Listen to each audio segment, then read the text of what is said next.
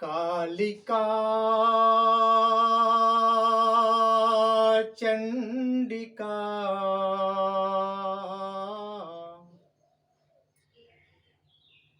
हे देवी उमा पाटला। कालिका चंडिका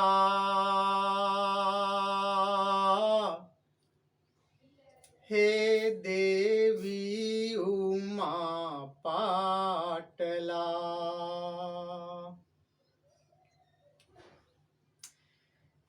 ये जो देव्या कवच अर्गला कीलकम छंदनुष्टुप ऋचा में रचे ऋष्यगण। इनमें हो वास तेरो जगत अंबिका। इनमें हो वास तेरो जगत अंबिका। सिद्ध होगी तभी साधना। कालिका चंडिका हे देवी उमा पाटला। कालिका चंडिका हे देवी उमा पाटला।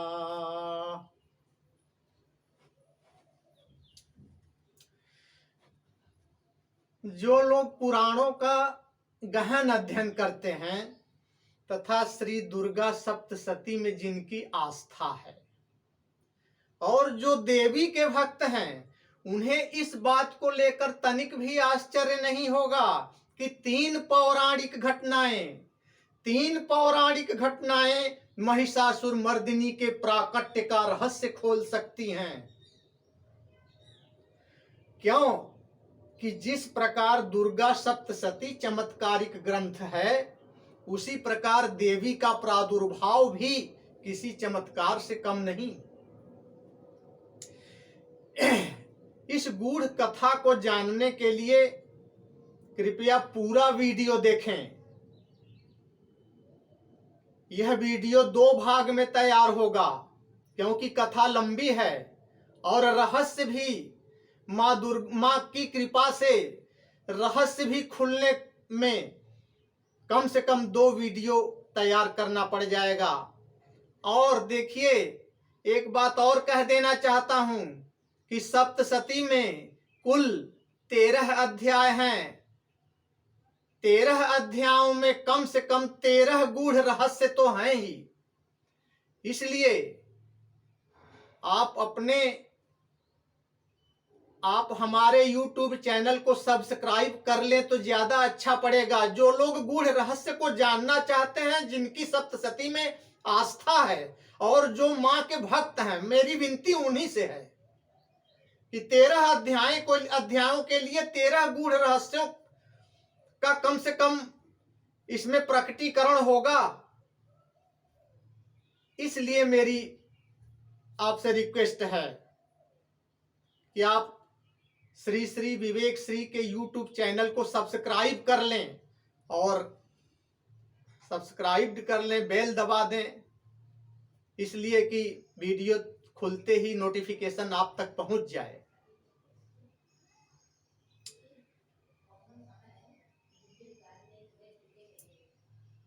आइए पहली पौराणिक घटना, जो कि महाशिव पुराण उत्तरार्ध में इसका थोड़ा सा प्रसंग है और थोड़ा सा प्रसंग आपको दुर्गा सप्तशती मार्कंडेय पुराण के 5वें अध्याय के भी प्रारंभ में मिलेगा। उसी की कथा से शुरू करना ज्यादा ठीक पड़ेगा। एक समय महिषासुर से भयभीत होकर भगवान विष्णु के नेतृत्व में इंद्र आदि सभी देवगण ब्रह्मा के साथ कैलाश पर पहुंचे। ब्रह्मा जी बोले, हे देवाधिदेव, दानवों ने देवताओं का समस्त अधिकार छीन लिया है, उन्हें यज्ञ भाग से वंचित कर दिया है, स्वर्ग से बहिष्कृत कर दिया है, आसुरी आतंक से धरती त्राहि त्राहि कर रही है। यम, वायु, वरुण, कुबेर और प्रजापति, वसुगण, अग्निदेव, चंद्रदेव तथा देवराज सभी उन महादैत्यों के आतंक से भयभीत होकर श्री हरि के नेतृत्व में आपके समक्ष उपस्थित हुए हैं। हे जे देवाधिदेव महादेव, हम शरणागतों की रक्षा कीजिए, रक्षा का उपाय करिए महादेव। तब महादेव ने कहा कि हे विष्णु, हे ब्रह्मन,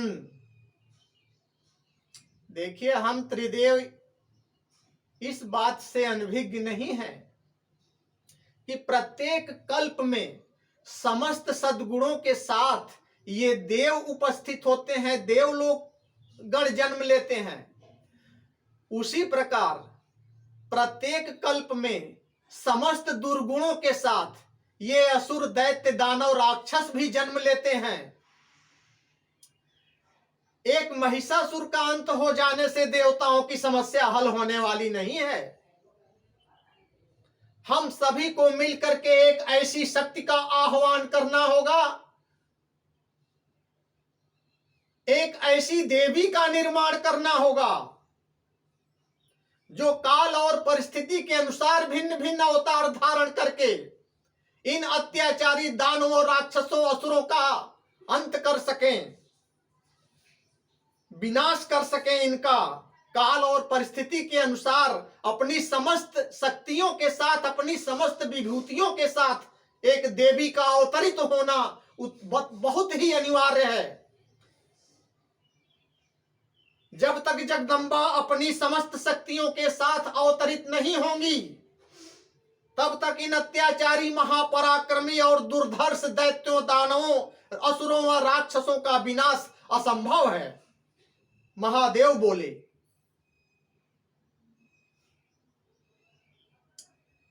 देखिए, इस कथा में इस बात को नोट कर लेना अति आवश्यक है कि इन देवगणों के साथ मुख्यतः जिन देवों का वर्णन आया है वो यम, वायु, वरुण, कुबेर, प्रजापति, वसुगण, अग्निदेव, चंद्रदेव और इंद्र, ब्रह्मा समेत इतने लोग इन दुर्धर्ष और महापराक्रमी, महाबलशाली दैत्यों, दानवों के आतंक से और इनके द्वारा उनके समस्त अधिकार छीन लेने के से ये समस्त देवगण अत्यंत दुखी हैं और इस समय कैलाश पर महादेव की शरण में आए हुए हैं।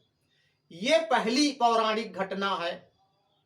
अब दूसरी पौराणिक घटना देखिए जो मार्कंडेय पुराण से है और जो कि सूर्य भगवान और संज्ञा के दाम्पत्य जीवन से संबंधित है। इसको भी जान लेना इसलिए जरूरी है कि महिषासुर मर्दिनी के प्राकट्य का गूढ़ रहस्य इस कथा में भी छिपा है। विश्वकर्मा ने अपनी पुत्री संज्ञा का विवाह सूर्यदेव के साथ कर दिया था।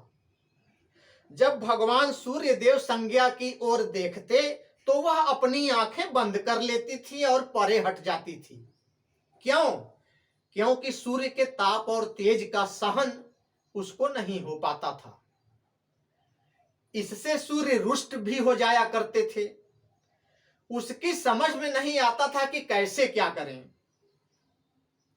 पत्नी धर्म का निर्वाह करने में वह अपने को असमर्थ पाने लगी तो बहुत सोच विचार करके उसने अपनी छाया को, यानी संज्ञा छाया के नाम से संबोधन किया जाएगा,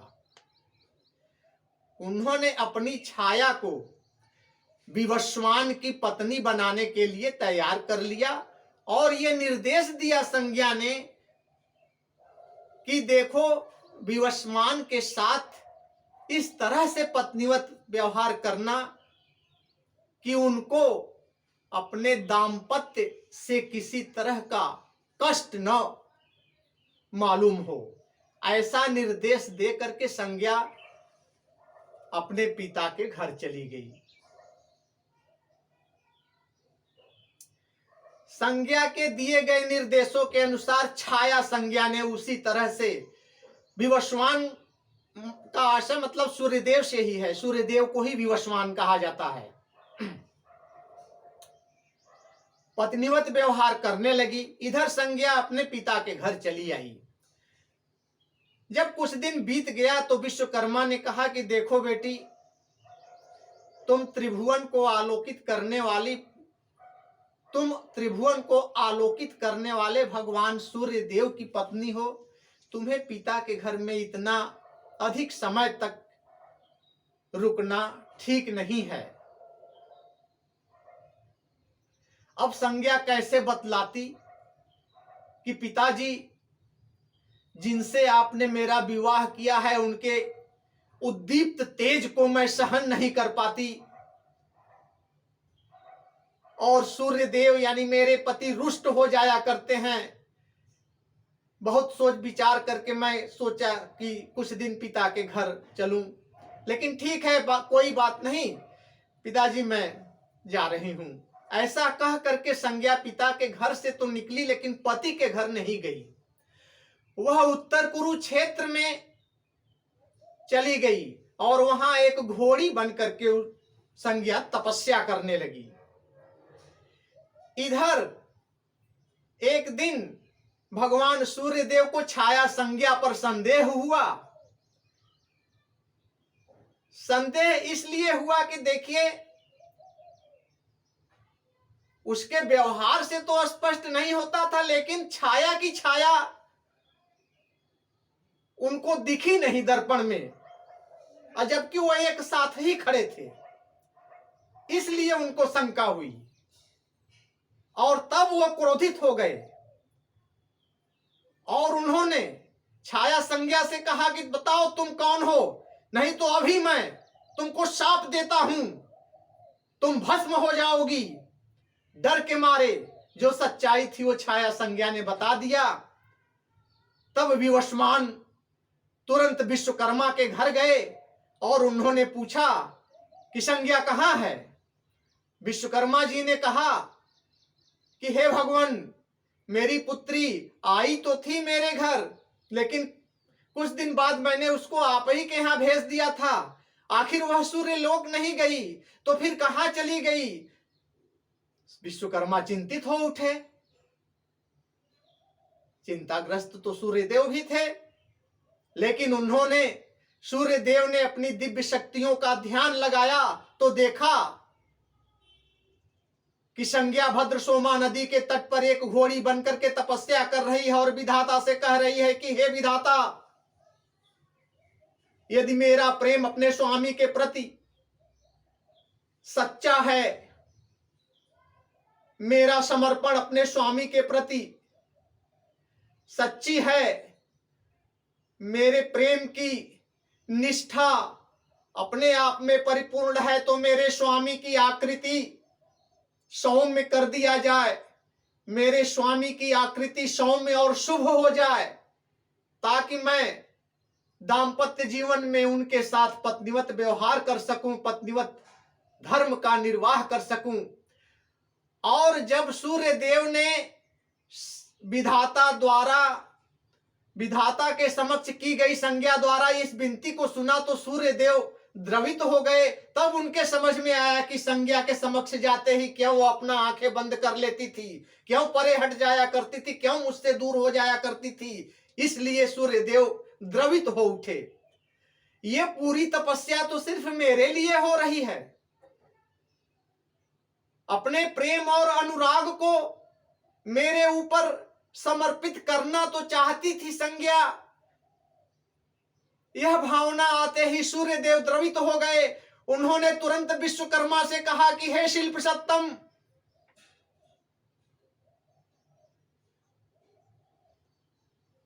हे देव शिल्पी, आप मेरे संवत्सर चक्र रूपी तेज पुंजों को छांट दीजिए और उन देवताओं में बांट दीजिए जो मेरे इस दिव्यांश को अपनी तेजस्विता में समाहित कर लेने की क्षमता रखते हों।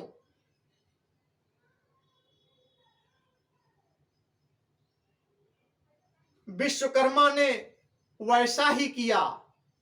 भगवान भास्कर का निर्देश पाकर के विश्वकर्मा ने अपने दिव्य फरसे से विवस्वान के भगवान सूर्य के संवत्सर चक्र रूपी तेज पुंजों को छाटना शुरू कर दिया और एक न्यायविद की तरह कैलाश पर उपस्थित उन समस्त देवताओं में भगवान सूर्य देव के दिव्यांश को इस तरह से वितरित कर दिया कि जो जो देवगण विवस्वान के उस दिव्य अंश को अपने तेज में समाहित कर लेने की क्षमता रखते हैं, उसी परिमाण में वितरित कर दिया। इस तरह सूर्य के दिव्यांशों का वितरण करते करते संध्या हो चली थी। कहने का तात्पर्य यहां यह भी कि पुराण में यह तो कहीं नहीं स्पष्ट है कि सूर्य के दिव्यांश का तेज संध्या को कितना मिला, लेकिन संध्या उपस्थित थी।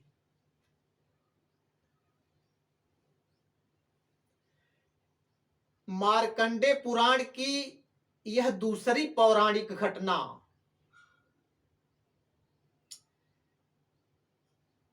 इसलिए यहां प्रासंगिक है कि भगवती दुर्गा का अवतरण एक दिव्य रूप में जब हुआ तो उनके विग्रह का निर्माण इन्हीं देवताओं के तेज से क्रमशः हुआ था। इतना यहां पे बता देना आवश्यक है। अब यहां पे दूसरी पौराणिक घटना को विराम दे देना ज्यादा उचित है। संभवतः मां की कृपा भी है कि शेष दूसरे वीडियो में मां का प्राकट्य ज्यादा उचित होगा। तो इस तरह से पहली पौराणिक घटना जो शिव महापुराण से ली गई है, दूसरी पौराणिक घटना जो मार्कंडे पुराण से ली गई है, तीसरी पौराणिक घटना कूर्म पुराण से ली गई है, जिसका विस्तृत विवरण आपको हमारे दूसरे वीडियो में देखने को मिलेगा। ओम नमश्चंडिकायै के साथ मैं यहाँ पर विराम लेता हूँ। शेष अगले वीडियो में।